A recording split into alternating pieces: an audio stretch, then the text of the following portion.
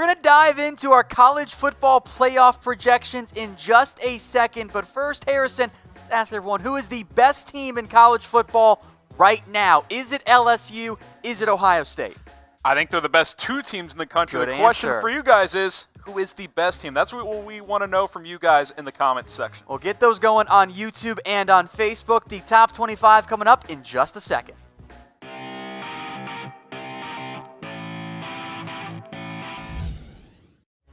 As always, going from number 25 to number 1 at the 25th spot, the Navy Midshipmen, Harrison. In a year where people thought Army would once again be the best team out of the academies, Navy is having a good year. They're in the top 25. Their only loss is our number 24 team, the Memphis Tigers. Yeah, welcome back to the top 25. Memphis, big matchup with SMU this week. We'll continue with our trend of small school programs here. The Boise State Broncos, 6-1. They are number 23.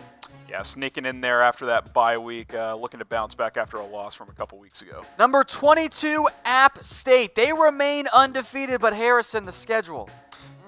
Yeah, I mean, they're a fun story, but they play in the Sun Belt, the Fun Belt, as I like to call it. They're having a nice season at 7-0, but the schedule is not going to stack up, one of the worst in the country. The strength of schedule, number 131. That does include FCS teams because there are only 130 FBS. That's not very good. Wake Forest, they check in here at number 21. Yeah, Wake Forest trying to help Clemson out with the ACC because it's a rough go of things right now, Tom. But they're 6-1. Gave up 62 points to Louisville in their one loss, but they're having a nice season overall. Yeah, that's crazy right there. So that's 25 to number 21. At number 20, it is the Iowa Hawkeyes, Harrison. This is prototypical Iowa team. Yeah. Lose against good teams close and beat bad teams. That's what Iowa does historically. They're 6-2. Number 19, the Cincinnati Bearcats, that only lost to Ohio State. They have wins, by the way, over UCF and UCLA, which looks better now. Yeah, they are kind of like the UCF of past, where their schedule is better than the rest of the Group of Five. The problem is they do have that loss, so they are in trouble in terms of the playoff, but they are 6-1.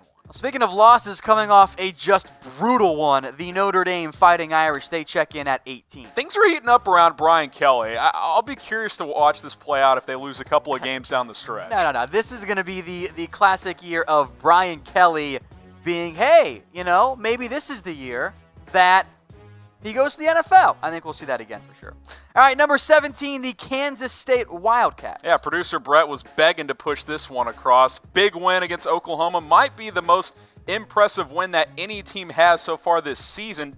Don't look at that final score, 48-41. They controlled that game from start to finish. Very impressive win from Chris Kleeman's group. And they are back in the top 20. They have the number 10 strength of schedule. They could be a sleeper to rise in the top 15 in the near future. Undefeated, but only at number 16, SMU. Yeah, strength of schedule, number 86. Maybe TCU builds off that win against Texas and helps them out a little bit.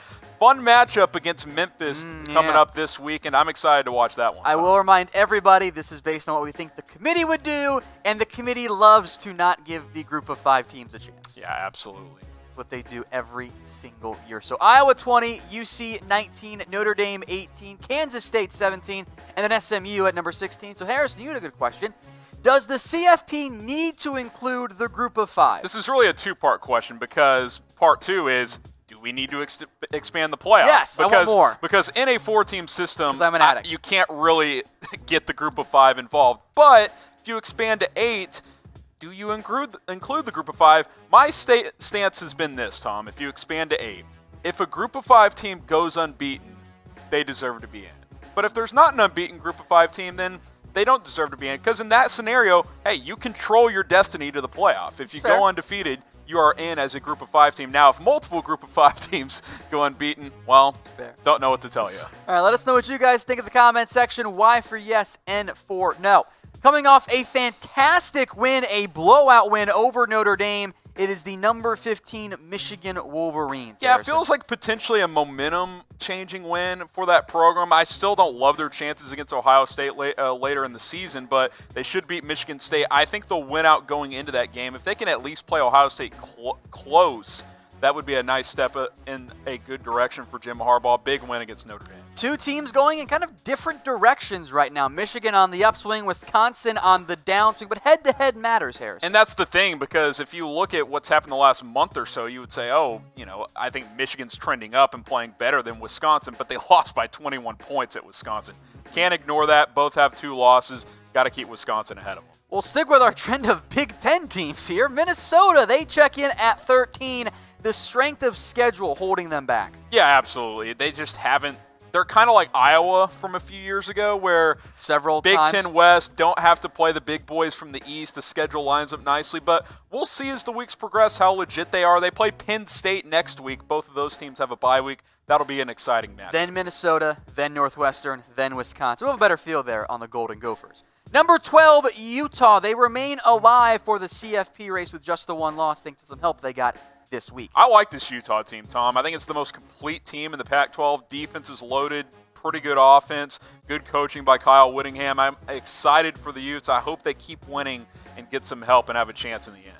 Number 11, the Georgia Bulldogs. They're kind of suffering from the Notre Dame factor because the Fighting Irish, that win no longer looks as good for them. Yeah, the strength of schedule just isn't great for an SEC team. You would expect it to be higher, number 62 in the strength of schedule.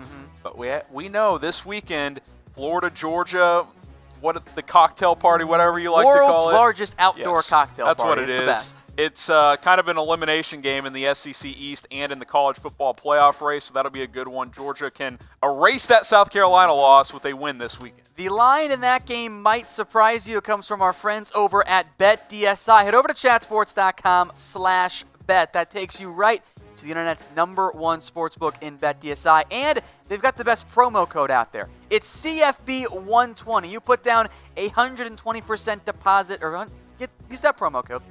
It gives you a 120% deposit bonus. So you put down $50, they're going to give you $60 for free. It is the best betting deal out there. Just type that URL into your browser, chatsports.com/bet. It'll take you right into the site. Moving on now to the top 10, Harrison, the Baylor Bears. Yeah, we kind of had a debate in the office. Where does Baylor fit in this? Because they're undefeated, but the strength of schedule isn't great as it's only 73rd. But, only 2 spots better than Minnesota. You got the top 25 win now with K-State fitting back into the top 25. This Baylor team's playing well. The schedule will continue to progress for them. They play West Virginia this week, so not a huge test. But I like what I've seen from Matt Rule's group. He might be up for Coach of the Year. They remain 1 spot behind the Oklahoma Sooners. They tumble out of the top 5 all the way down to number 9. That they don't have a top 25 win anymore because Texas is out of the AP top 25 poll, and the loss at Kansas State looks pretty iffy. Yeah, I mean, the Big 12 is kind of tricky now because you don't have a lot of teams in the top 25. I think there's a lot of solid teams, like top 40 type of teams. I agree. But not a lot of top 25 teams. So it'll be interesting to see how the committee stacks it up. We've got it at number 9. Oklahoma's a hard team to gauge right now after that loss to Kansas State. Maybe the hardest team to figure out where to put is number 8, Auburn. And this is like 2 years ago, right? Yeah. Where the Auburn schedule is so loaded with the non-conference game against Oregon, which they won. They have the benefit of playing a couple of tough SEC East opponents. They already played Florida. They played Georgia as well. So this is a tricky team to gauge as well. But 6-2, clearly the best 2-loss team, and I think the only 2-loss team that has a prayer to make the playoffs. Really good strength of schedule. Their losses, a somewhat close one at Florida and a scoreboard close one at LSU. They have a great top 25 win, but they're behind the team they beat. Number 7, Oregon. A better record was the deciding factor there in the versus the head-to-head Yeah, and I matchup. think you have to look at it too.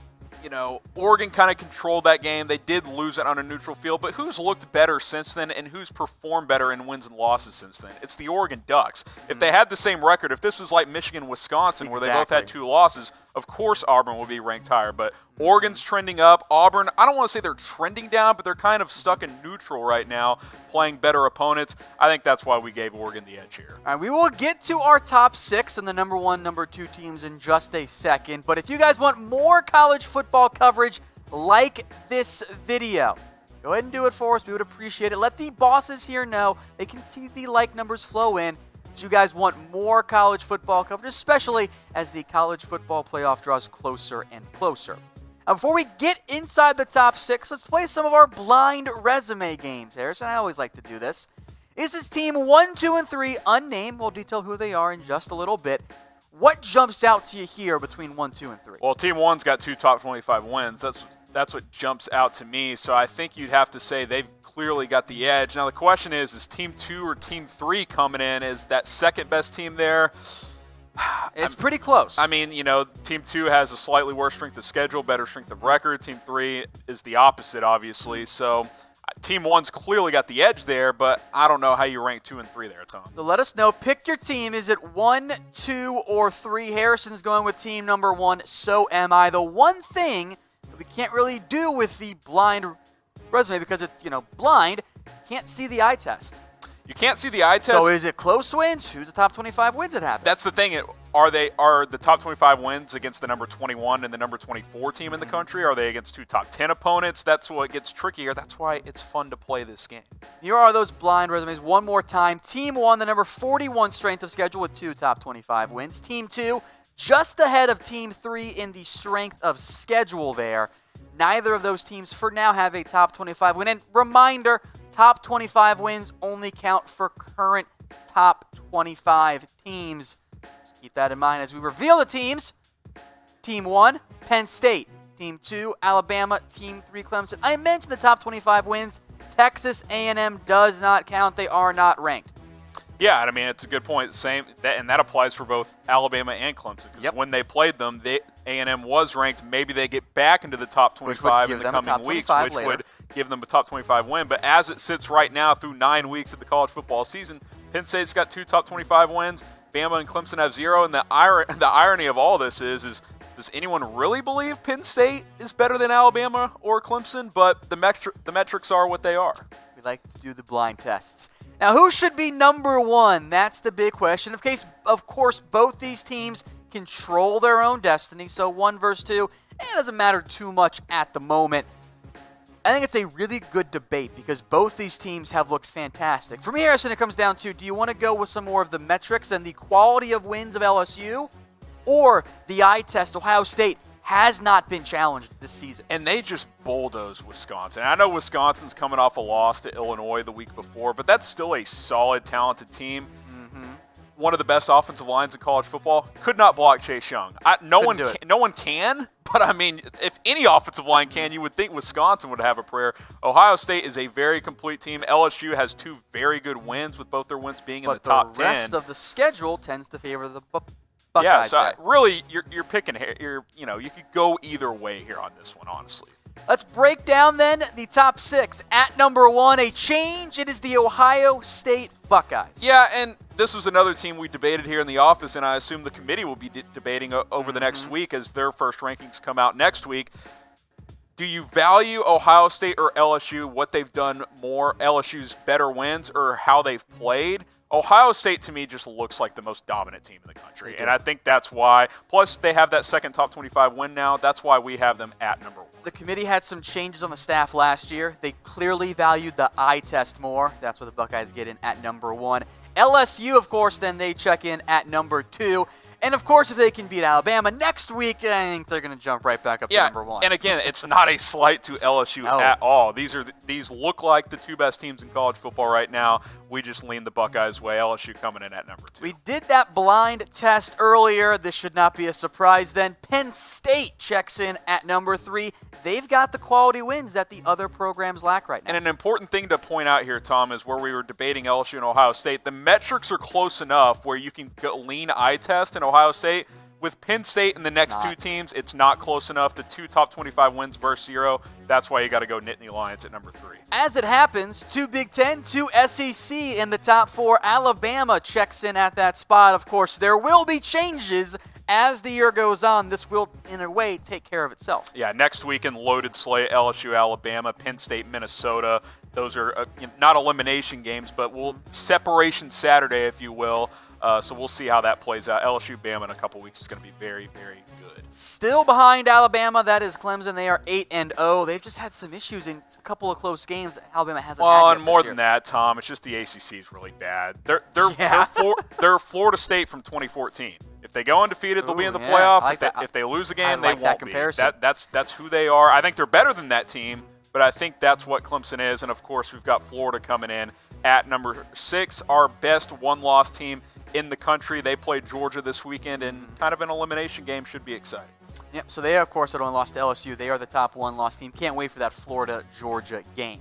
Our top 2 teams were Ohio State, LSU. So which team would win on a neutral field? No home field advantage. Both these teams meet, let's say, here at Jerry World in downtown Dallas, which I guess is still, or not downtown, in Arlington, which is kind of a neutral field. Maybe there's more LSU, but OSU tends to travel. Who comes out on top? OSU would travel. They travel. That would be 50-50. I'd go Ohio State. I think that's part of my thought process too. When it's that close, when you're comparing these two teams, you tell yourself in your mind, who do you believe would win? I think Ohio State would win. I think their defense is better than LSU's, and that's why I would give them the edge in this game. Well, there are still several undefeated teams left in college football. Harrison, it is very rare that we get to November, because that's where we'll be once this next week starts, and there are this many undefeated teams, even factoring in those small schools, which means a lot of teams right now control their own destiny. Yeah, and I mean, we'll get to the one-loss teams in a minute. There's a few of one-loss teams that control their own destiny. We're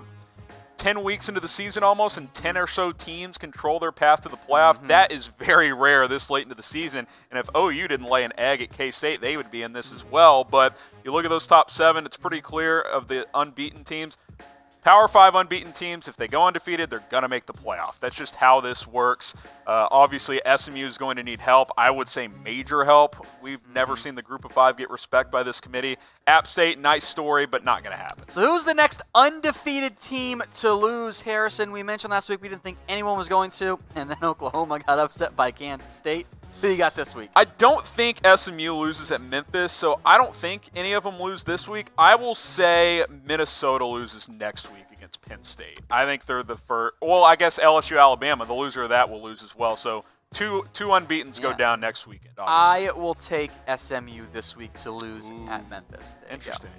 Now, if you guys are like me, you probably hate how all these crappy commercials come on during football games, especially on the major networks there. You can get rid of them, though, once and for all. Download the MyTV Choice app at chatsports.com/MyTV. Hook it up with your smart TV, and the app will know when a commercial comes on, and instead of that god-awful free phone football commercial, worst thing I've ever seen in my life, Your by the least way. favorite commercial. One of the worst things I've ever seen in my life.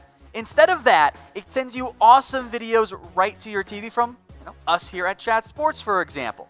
So get rid of commercials, download the app, chatsports.com/MyTV. It's free to download, and oh, by the way, it will get you back to the game before it begins, so you don't have to worry at all about that. On now to the one-loss teams. We're really down to just 2 win-and-ins. That's Florida and Georgia. Yeah, I think so. I mean, I think Oregon and Oklahoma are close. And Utah, all those teams got the help, a little bit of help. Yeah, they still need some more. They're close, but they're going to need some more, especially if there's a second one-loss SEC team. It's going to be hard to keep the loser That's of Alabama LSU out if the loser of that game wins out. But Florida and Georgia, I think if they win out, they control their own destiny. That means they would have beaten each other, beaten Alabama or LSU in the SEC title game. I don't see how you leave that team out. But outside of that, the rest of these teams need help. But then, hey, lots of group of 5 teams with one loss. Fun season. The group of 5 New Year's 6 spot is very interesting, especially if SMU loses to Memphis this week. That they are. So I'm a big fan of Team Chaos. I like upsets. It makes things fun. So who is your Team Chaos pick this year? I will stick with my pick from last week. I know it's not going to happen, but that's the point of Team Chaos. Cincinnati. What happens if Cincinnati wins the rest of their games and they're in impressive fashion, and their only loss is at Ohio State? They don't make the Just playoff. saying. That's Well, what happens. what if SEC teams all have 2 losses except for the undefeated champion, and the Big 12 has 2 losses, and the Pac-12 cannibalizes each other, and Wake Forest upsets Clemson? Who would you rather see in, Wake or Cincinnati? See? I mean... See? Now, see, I got you there. I'll stick with the group of 5 then. How about SMU? Okay. Teams start losing everywhere. Get SMU to the playoff. That's my Team Chaos pick. All right, let's take you through our projected CFP rankings 1 week away from the first official CFP reveal. Number 25, Navy. Memphis is 24. Boise State's 23. App State's 22. And Wake is 21. Memphis, Harrison, is hosting SMU in prime time this weekend. Yeah, kudos to College Game Day going to a group of 5 matchup like this over Florida, Georgia, by the way. That's very rare by the 4-letter network there. But SMU, 5.5-point dogs in this one. Interesting. They beat Temple bad recently. Temple beat Memphis. So Vegas knowing something that we don't? Yes. Put your money on Memphis. Even if they're a 5.5-point favorite, I like that line. I'm a big believer in, wait, the lower-ranked team's favorite? That's kind of weird. Weird lines, always bet in favor of Vegas there. I got Memphis. You do have to factor in too, Tom. This is probably the biggest home game in the history of Memphis football. Yes, probably. I mean, right? So, I mean, SMU Memphis should be a major game. I'm going to stick with the Mustangs, though. I like what they're doing right now. Shane Buechele gets it done. All right, let's go through 20 through 16. We mentioned SMU. They're there at 16. Iowa's at 20. Cincinnati's at 19. Notre Dame's at 18, and Kansas State is at 17. What jumps out to you there? I like what Chris Kleeman, help me out, producer Brett. Kleeman, I think I messed it up the first time around. I had to fix that. So I like what I'm seeing from this group. Kind of got off to that 3-0 start, skidded a little bit, but bounced back. They're playing better, beat TCU, really kind of controlled Oklahoma before they rallied late. Excited to see if they can make a push for the Big 12 title game. You mentioned that SMU-Memphis line. You can bet on it on BetDSI. Head to chatsports.com/bet. We'll take you right to the BetDSI site. Use that promo code CFB120. It gets you a 120% deposit bonus. So you put down $50 to bet with. They're going to give you an extra $60 to bet with as well.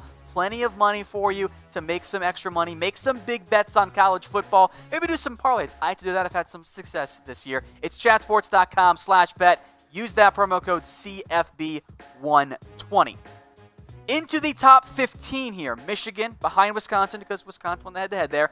Minnesota 13, Utah 12, Georgia 11. Harrison, what jumps out to you here? Well, you got to focus on 11 through 13 because Wisconsin and Michigan, at this point, they're playing for hopeful New Year's Six bid, to play in one of those secondary New Year's Six bowls. Maybe a scenario which they get in, but it's pretty unlikely. Very, very, very slim. A lot of chaos. Ohio State would have to slip up to someone unexpected, and that would be surprising.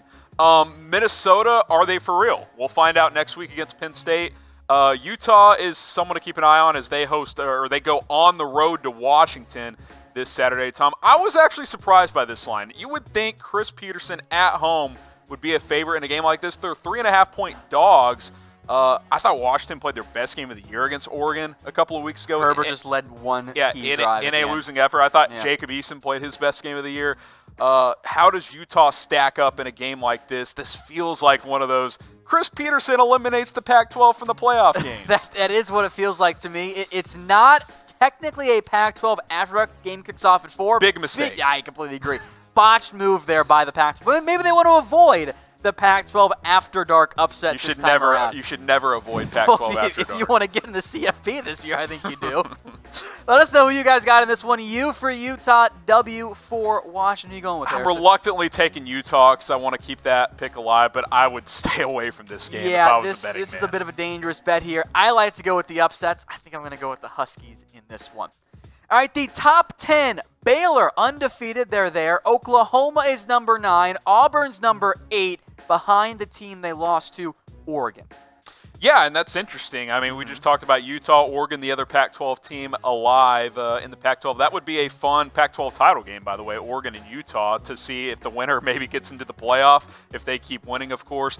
Auburn is the thing to watch here. Can a 2-loss team get into the mix? We saw a few years ago, Auburn would have gotten in as a 2-loss team if they beat Georgia in the SEC title game. I think the committee had them number 2 heading into that game, and they ended up losing. So keep an eye on them if they can keep winning games. Got a lot of 1-loss teams here, undefeated team in Baylor. Same true as well with our top 6, with Ohio State number 1, LSU number 2, Penn State 3, and Bama number 4, Clemson 5, Florida at number 6.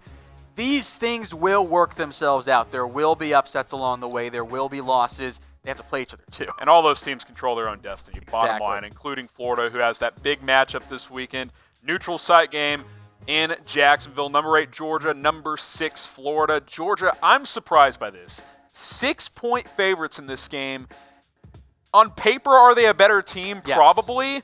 But we're 10 weeks into the season now. Who believes Georgia has played better than Florida? Does anybody? Like, I am shocked by this line. I love the 6 points for Florida in this one. I'm going to go with Georgia in this one. I think they get back on track. Here's why. Do you believe in Florida?